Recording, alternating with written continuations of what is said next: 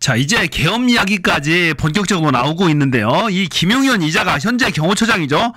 국방부 장관도 되기 전에 특전사령관, 수방사령관, 그리고 방첩사령관을 경호처 모 건물로 불렀다라는 거예요.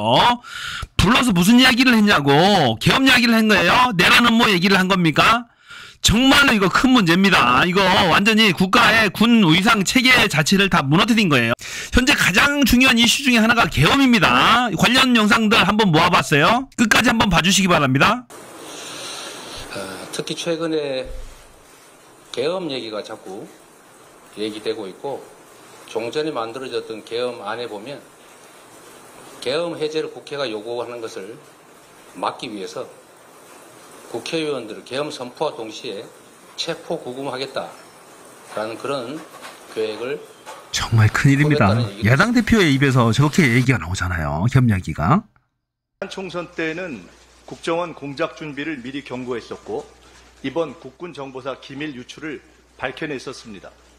집권 경험이 있는 수권정당 민주당의 정보력을 무시하지 마십시오.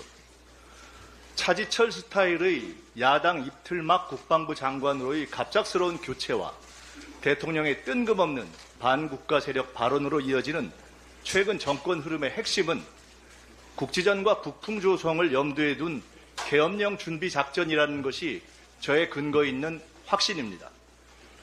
뉴 라이트라는 영어 이름으로 포장한 친일 매국병자들을 옹호하는 윤석열 정권이야말로 반국가 세력 아닙니까? 독립기념관장이 일제강점의 불법성을 부정하고 군이 독도를 지도에서 지우는 것이야말로 최고의 반헌법, 반국가 행위입니다.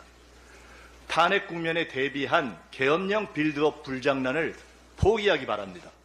계엄령 준비 시도를 반드시 무산시키겠습니다. 유신독재와 부마항쟁, 5.18을 딛고 일어난 21세기 최고 민주국가 대한민국에서 조잡하게 계엄령 따위는 꿈도 꾸지 마십시오. 국가와 민생보다 정권과 대통령 가족의 안위를 먼저 생각하면 경제가 더 어려워지고 시장만 불안해집니다. 지금은 정권 보위 계엄이 아니라 민생 회복, 경제 긴급 조치를 고민해도 모자랄 시점입니다. 정신 차리십시오. 장관 되신 다음에 계엄 발동 건의할 생각은 없으시죠? 그냥 예 아니오만 해주세요. 없습니다. 오케이. 어제 이재명 대표가 계엄 얘기한 것에 대해서 대통령실에서 말도 안 되는 거짓 정치 공세다. 이것도 당연히 동의하시겠죠? 네. 예.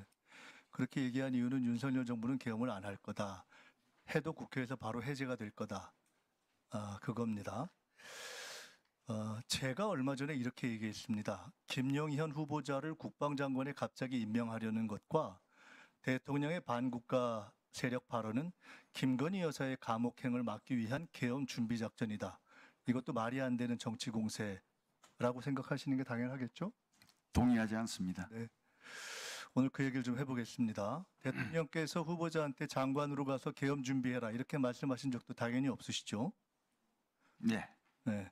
설령 계엄을 해야 할 상황이 온다고 해도 국회가 과반수 의결로 요구하면 바로 해제될 것이기 때문에 후보자도 사실상 계엄은 현재 불가능하다. 그것이 대통령실과 정부 여당 관계자들의 주장이기 때문에 이렇게 보셔서 그렇게 말씀하시겠죠? 네, 생각해 본 적 없습니다. 네.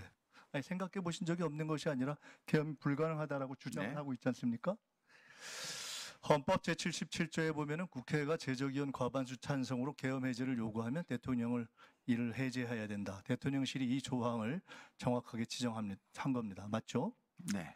국회의원에게는 불체포 특권이 있기 때문에 계엄이 발동돼도 국회의원들이 국회에 모여서 해제를 요구하면은 계엄은 해제됩니다. 이것이 100% 진실이면은 대통령실 얘기가 맞고요. 이재명 대표 얘기는 거짓 정치 공세고 괴담이 됩니다.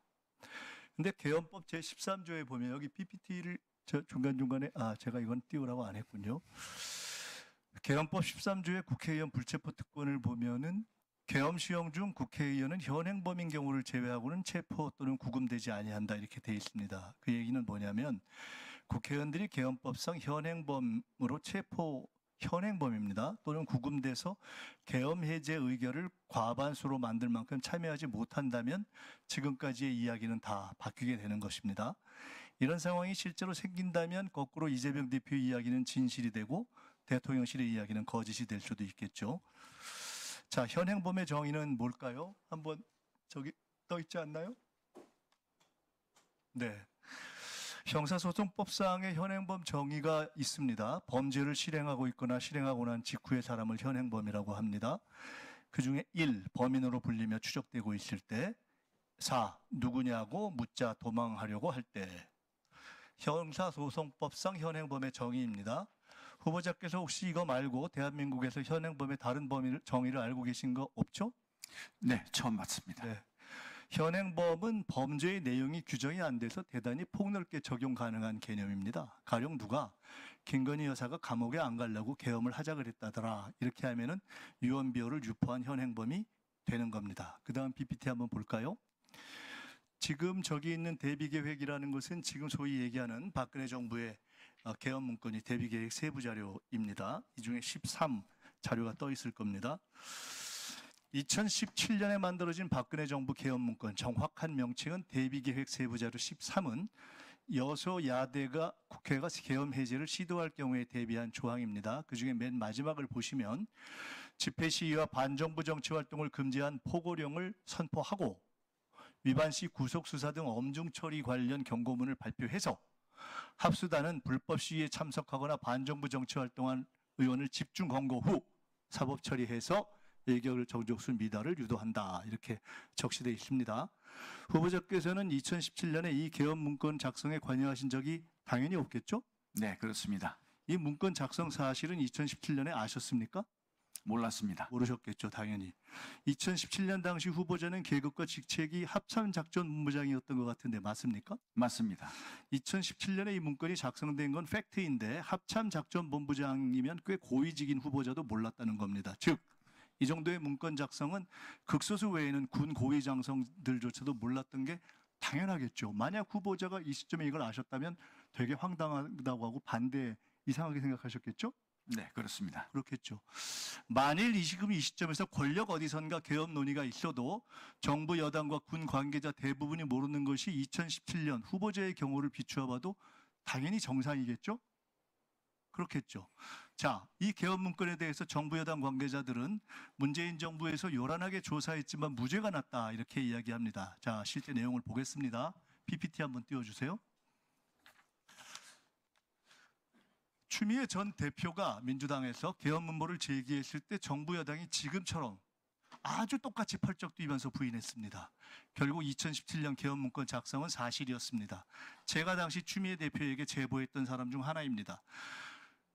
정부 여당이나 관계자들의 주장처럼 조현천 당시 기무사령관의 내란 예비 음모 혐의는 검찰에서 무혐의가 되었습니다. 왜? 문건은 작성되었지만 문건 작성만으로 실질적 내란 위험에 이른 것은 아니다. 이런 이유입니다. 그러나 조현천의 계엄 문건 작성 직권 남용은 현재 1심 재판 중이고 문건을 작성하고 은폐한 기우전과 소강원 당시 기무사 5처장과 610 부대장은 2심에서 유죄를 받았습니다. 그건 아시나요? 모르시나요? 예, 제가 관심을 이렇게 못 중요한 거 군에서 쿠데타 계엄 음모가 있었던 건데 이거 모르시나요? 이런 거 다 모르나요? 이렇게 중요한 논의가 됐는데 몰라요? 넘어가겠습니다. 이런 부분에 자, 그 다음 관심이 PPT로 없었습니다. 넘어가겠습니다. 네. 띄워주세요. 국가 비상사태가 발생하면 국방부는 계엄 선포 여건을 검토해서 대통령에게 건의하고 국가안보회의와 국무회의 심의를 거쳐 선포합니다. 즉 계엄 선포 검토도 건의도 국방부 장관이 하게 되어 있죠? 이건 아시죠? 네. 자, 그 다음 PPT. 헌법 77조와 계엄법 9조에 따르면 비상계엄 선포 시에 체포, 급음, 압수수색, 거주, 이전, 언론, 출판, 집회, 결사에 대해서 국민의 기본권 제한이 가능합니다. 국방부 장관이 검토하고 건의하는 계엄의 중대한 권한입니다. 장관 되실 거니까 이건 아시겠죠? 예. 그 다음 PPT 보여주시죠. 박근혜 계엄 문건에 의하면 비상계엄 당시에 사이버 유언비어 차단을 위해서 방통위가 주관하는 유언비어 대응반을 운영하고 시위 선동 등 포고령 위반자가 가입한 포털 사이트 SNS 계정 폐쇄 및 검거 사법 처리한다는 단계적 조치 사항에 나와 있습니다. 네. 후보자 질문입니다. 대답하세요. 최근 이준우 수방사령관, 각종군 특전사령관, 여인영 방첩사령관을 한남동 공간으로 불렀죠. 출입 기록을 남기지 않으려고 입구에서 경호처 직원의 안내로 불러들여서 무슨 얘기했습니까? 계엄 이야기 안 했습니까? 내란 예비 음모로 비칠 수 있음을 명심하십시오. 특히 최근에 계엄 얘기가 자꾸 얘기되고 있고 종전에 만들어졌던 계엄안에 보면 계엄 해제를 국회가 요구하는 것을 막기 위해서 국회의원들을 계엄 선포와 동시에 체포 구금하겠다라는 그런 계획을 꾸몄다는 얘기도 있습니다. 이 개헌 문제에 대해서도 제가 제일 처음에 얘기하고 박선원 의원이 좀 얘기하고 그랬죠. 네네. 아시다시피 박선원 의원은 우리 외교안보 분야에서 쭉 일을 했고 국정원에서 네. 일을 했던 분이고 어제 박선원 의원의 질의 중에 이런 게 있었습니다. 저희가 이제 그냥 아주 간단하게 하도 상대가 뭐 이런저런 얘기를 하니까 일단 첫째 우리가 알고 있는 상황을 다 공개할 이유가 없습니다. 왜? 그러면 그 사람 구속시킬 텐데요. 너무 당연한 거 그렇죠. 아닙니까? 예. 그걸 뭐 왜 우리가 하겠습니까? 예. 현재 그러면 도대체 어떤 무슨 제보자나 문건을 밝힐 수 있느냐 이런 걸 자꾸 언론에서 물어보시는데 제가 분명히 말씀드리는데 안 밝힐 겁니다. 저희가. 근데 이거 잠깐만요. 밝힐 이유가 없습니다. 네. 그리고 어제 질의에서 이런 게 하나 나왔습니다. 국방부 장관 후보자가 국방부 장관에 지명도 되기 전에 경호처장 시절에 모처에서 수도권 관련 사령관 셋을 만났다. 기무사, 방첩사, 수경사죠. 예. 왜 만났냐? 계엄 얘기했냐? 예. 내란 예비 음모로 예. 볼 수 있다. 이렇게 네, 물었어요. 이걸 어제 아마 2번 물었을 겁니다. 네. 동의할 수 없습니다라고 답했습니다. 동의할 수 없다. 네. 그것은 그 너무 질문 중에 이상하네. 세 번째 것만 답한 겁니다. 내란 예비 음모에 동의하지 않는다. 그 얘기한 거예요. 예. 그리고 앞에 만난 거 피해 이거는 갔습니다. 확인하지 예. 않은 거잖아요. 저희가 예. 아주 뜨끔했을 겁니다. 그러니까 그 민주당의 정보가 상당히 적확했기 때문에 그 김용원 후보자가 상당히 그 당황하면서 참 그랬을 거라고 봅니다. 예, 내란 예비 음모에 답을 대해서만 못할 겁니다. 그러니까 그 사실을 민주당이 어떻게 알았지 이렇게 생각한 거죠. 뭐 그거는 어떻게 생각했는지 모르겠지만 머릿속이 복잡했겠죠. 그래서 대통령실은 장관 후보자도 되기 전에 수도권 사령관들 셋을 만날 이유도 없고 소집할 자격도 없고 굉장히 어떻게 보면은 기율에도 맞지 않는 왜 그런 일을 하고 다녔는지. 자 보십시오. 계엄 선포 시 지휘 체계입니다. 지금 아까 그 행정안전부 장관 이상민 행정안전부 장관 중함고 국방장관 되시면 중함고 계엄사령관 누가 될지 모르나 현재 여인영이 올라가면 중함고 합수본부장 37이 올라가면 중함고 그리고 지금 오늘 발표된 경호처장 유력지 되는 이충호 후보자의 후임 역시 중함고.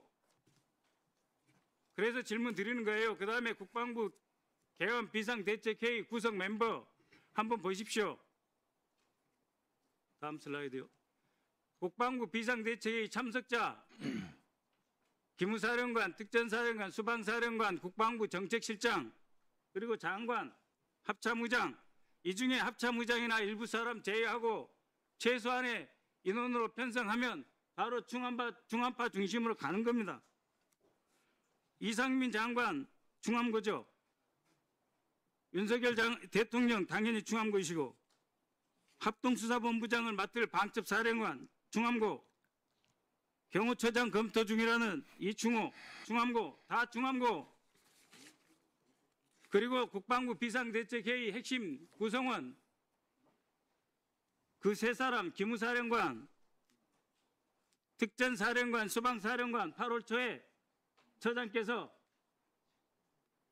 경호처 관저 만찬으로 부르셨죠. 제가 당시에 국방부에 근무한 게 아니고 당시에 국방부 대변인으로 근무하신 분이 더 정확하게 아실 거라고 생각합니다. 네, 추가 질문을 부의원님 추가 질문 좀 해주시고요. 임종득 의원님 말 조심하세요. 바랍니다.